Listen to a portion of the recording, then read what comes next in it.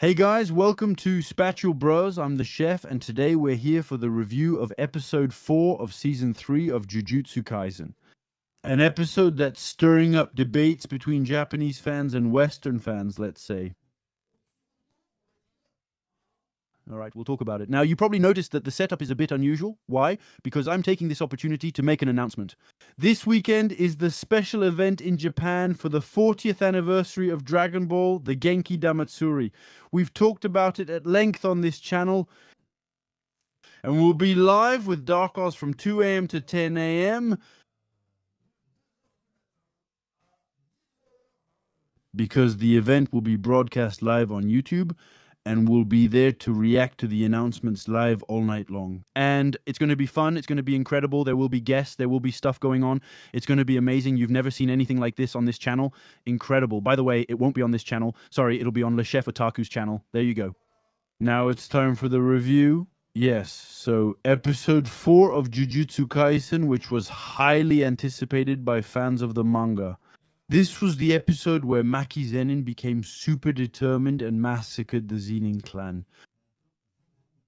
Rightfully so, by the way. Also, it's a chance to learn a bit more about the famous Zenin clan. Because in Jujutsu Kaisen, since right now I'm actually rereading the beginning. By the way, I released a video, a Jujutsu Kaisenology, yesterday on the main channel, Le Chef Otaku. Go check it out. It's a masterclass, of course. The world of Jujutsu Kaisen with the whole clan thing is still pretty obscure. The whole clan thing in Jujutsu Kaisen isn't really explained in detail. So here, we're focusing a bit on the Zenin clan. We knew it was a clan of bastards. Anyway, the whole exorcism system is kind of seen as a bunch of old fools, jerks who can't change and who really aren't good people, apparently. The Zenin clan seems worse than all the rest. Turns out the Gojo clan isn't much better either. And so we knew since Maki was introduced that she was ostracized, along with her sister actually, in the Zenin clan because her sister didn't have great powers, and she apparently didn't have any cursed energy.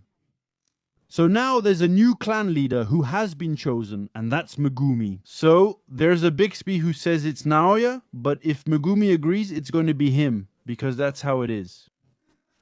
So Megumi said that at first he didn't want to, but then he said, okay, I'll become the leader of the Zenin clan. I'll give you the seal to open the cursed weapons vault so we can go fight during the deadly hunt. So Maki goes there. Everyone hassles her, saying she can't go. She replies, shut up. The clan leader gave me the keys so I can go. She goes there and first runs into her mother, who says, whatever. She replies, hey, shut up, mom. She goes there, and we find out about their father, who just more or less killed her twin sister. At that point, you're like, what the hell is going on? So we find out that she was really not only ostracized within her clan, but also hated by her own parents. The father was like, well, because of you, I didn't become the clan leader because your powers are weak. You're worthless. You embarrass me. I'm going to get rid of you. Here you go. Die there.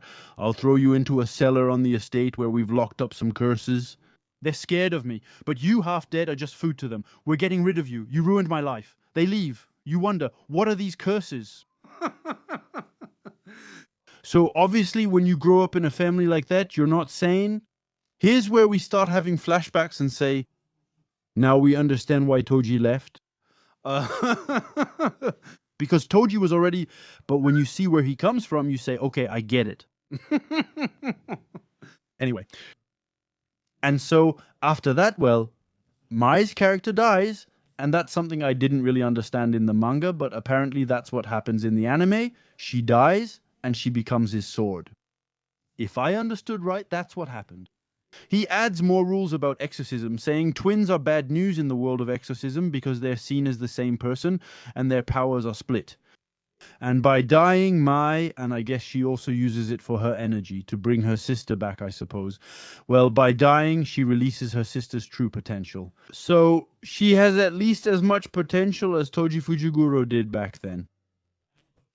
Knowing that he was extremely strong, he was ostracized, but everyone was terrified in his presence, because the guy was more or less invincible. That's it. If Gojo didn't have plot armor, he would have won. Very clearly. And so Here's where the episode's core unfolds, the Zenin clan massacre. She one-shots her father, then wipes out the entire clan. This also serves to introduce us further to the Zenin clan. So this is where it became divisive. On one hand, there are the Westerners, let's say the Americans. The Americans loved it because of the animation and direction. The Japanese didn't really like it because, yeah, the storytelling and emotion weren't really there. And I have to admit that I agree with both sides. That is to say, in terms of direction, tribute, nods, and animation, it was really very stylish. But in terms of story and emotion, it kind of misses the mark. Why? I'll explain. First of all, in terms of direction, I hope everyone caught the obvious references to Kill Bill. Kill Bill Volume 1, Uma Thurman shows up at What's Her Name's place. There are the masked guys who show up and surround her with katanas. The setting is exactly the same. The shots are the same. Obviously, it's a bit more exaggerated in Jujutsu Kaisen, but it's clearly a tribute. The upbeat little music that has nothing to do with the massacre that's happening, it's a tribute. In this black and white scene, only the blood is red. In Kill Bill, the black and white scene was later seen as a manga tribute, but that wasn't the original intent. It eventually became viewed that way. But originally it was mainly because it was too violent. So, as a result, to tone down the violence on screen, for ratings boards and all that, so making the blood black and white toned down the violence. But this time, they didn't do that. They put everything in black and white and only the blood was in red. That's it. So, the tribute is cool. There are also little tributes to Bruce Lee, knowing that Kill Bill was already a tribute to Lady Snow. And it's also a tribute to the Bruce Lee movie called Fist of Fury, if I'm not mistaken. It's a very, very famous fight scene where Bruce Lee, all by himself, goes to challenge a dojo alone. The whole dojo attacks him. They go blah, blah, blah. There's a similar kind of scene in Hitman. There's a remake of Fist of Fury, by the way, with Donnie Yen. No, with Jet Li. I messed up. There's a remake of Fist of Fury with Jet Li, by the way. There you go. The moment when he does his 1-inch punch. Mikey did a 1-inch punch on a guy. I think that's where it comes from, if I'm not mistaken. Anyway, so we had the tribute to the tribute to the tribute. It was pretty cool. The second part of the fight was incredible too, when she takes on all the big guns from the Zenins one by one and one-shots them all. Bam, bam, bam, bam, bam. After that, she takes on Naoya. She destroys him. There's Naoya's flashback. Naoya, in the end, we understand that he was actually a fan of Toji, because when he was a kid, he thought, yeah, apparently there's this guy who's been banished and outcast. He must be really ugly, really lame. He must have no charisma at all. And then he runs into him in the hallway and goes, oh, damn, this guy is so cool. I'm the only one worthy of him, even if he didn't have any cursed energy.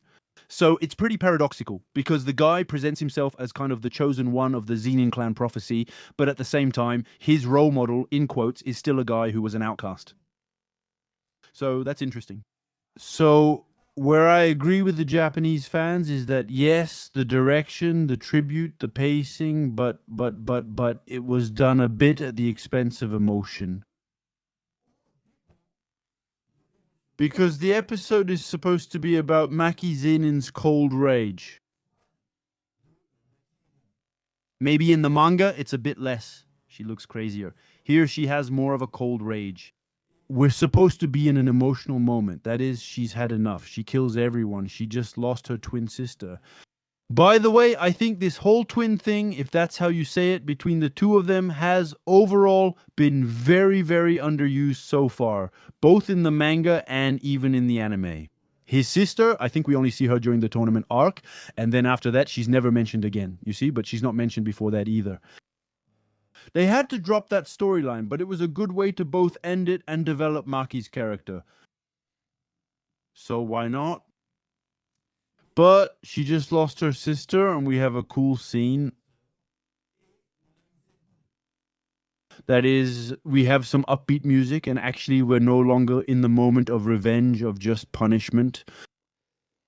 We're like, wow, this is cool. Ah, that's a problem. That's a problem. I can understand why that's an issue. I get that it's disappointing. She's ruining her own family, so the massacre seems justified. Then the question arises, did she massacre everyone? Everyone? I don't think she massacred the women and children. I don't believe so. I think she just, the Zenin clan's fighting force, she wiped it out. That's for sure. But I don't think she massacred everyone. Everyone. It's supposed to be an intense moment for the character, and it turned into a Laura farming flex game, which is a bit of a shame. Even the moment when she beats up Naoya, that should have been a bit more almost solemn. Here, it's really just actually, you're just trash. Here, I'll crush you. It's a bit of a shame. I get that it's frustrating when there's a chance to make a real impact, but they chose what looked cool instead. There you go. Because for me, throughout the whole episode, I was laughing like that. I wasn't left speechless by what they were showing me. I was just like, damn, this is so cool. Whereas you might have expected a more moving moment, more like, it's so cool, but crazy things are happening. Like at one point, she's looking for her mom. Mom, where are you, mom? She's going to kill her mother, and we think it's cool. We shouldn't think it's cool. It's a powerful scene. It's an important scene. What's happening is crazy. And we thought it was cool. Then the mother turning against Naoya, like, I'm glad I brought you into the world. We should have had that little emotional moment where in the end, their mother loved them anyway. That wasn't true for the father since he killed them himself. There was some uncertainty about the mother. And here, no, I didn't really have that. You tell yourself, yeah, okay, whatever. And you move on to something else very quickly. Actually, she did something cool. It wasn't a revenge scene, it was a massacre scene. You know what I mean? In Kill Bill, it works because basically she's not looking for those guys. She shows up, I want Lucilio, I can't remember the name, or something like that. I don't remember exactly what her name is. Anyway, she says, I'm going to go beat her up. She sends her henchmen, she beats them up. There's the little Japanese group playing music. It's cool because the scene isn't supposed to be emotionally heavy. Afterwards, when the final fight against Lucilio comes, it's a bit more calm. It's more about words, emotion, revenge, something like that. When the characters fight, something happens between the two characters. I think it should have been like that the whole time. And it should have been like that against Naoya too. And in the end, the fight with Maki focuses more on Naoya than on what Maki feels in the end. You see what I mean? So it should have been the episode where we humanize Maki the most. You see what I mean? And in the end, it just became female Toji with boobs, and just farming aura. It's a bit of a shame, but it was cool. It was really well done. I'll gladly watch that episode again. But I understand the frustration of Japanese fans just as I understand the enthusiasm of international fans, let's say. But for me, it was still a bit of a letdown. I wish we could have had both. Some people compare it. Yes, it's not as intense as the fight between Sukuna and Mahoraga. I want to say yes, but precisely because it doesn't have that. When the fight between Sukuna and Mahoraga happens, things are already messed up. If you want, we're in deep trouble. Everyone is getting beaten up. Megumi got beaten up. Everyone is losing. And then, bam! Sukuna is unleashed, making things worse. Then Mahoraga appears, and they're destroying everything. And half of Shibuya gets wiped out. There was clearly a lot at stake. That's it. The animation, I don't know if we can compare the two animations because the two scenes have nothing in common. But in terms of impact, I understand that there's ultimately less gravity in Maki's scene. It should have been at least as serious, if you know what I mean. So I understand both sides, but aside from that, the episode was still really stylish, some really cool references, truly great direction. Some people are complaining because they say the shot where we see Toji is very different from the manga, but hey, it's an adaptation, isn't it? That's a good thing. It can also be a risk in a way. It's good to have an adaptation that isn't done panel for panel. That's how they adapted Toji's scene. Personally, I think it has the same impact. It's different, but the effect is there. It works. When you think about it, so that's it. The Zenin clan is gone. She leaves with the weapons and clearly won't ever be arrested for what she did. That's right. If I understood correctly, the narrator says, actually, there were 27 guys. I feel like there were more, though. There are 27 guys. There were the 3 pillars, or whatever they're called. No, the flamboyants. The nickname is already crap to begin with. They're all dead, but, well, we don't really know who did it, from what I understood. Because there are no traces, so...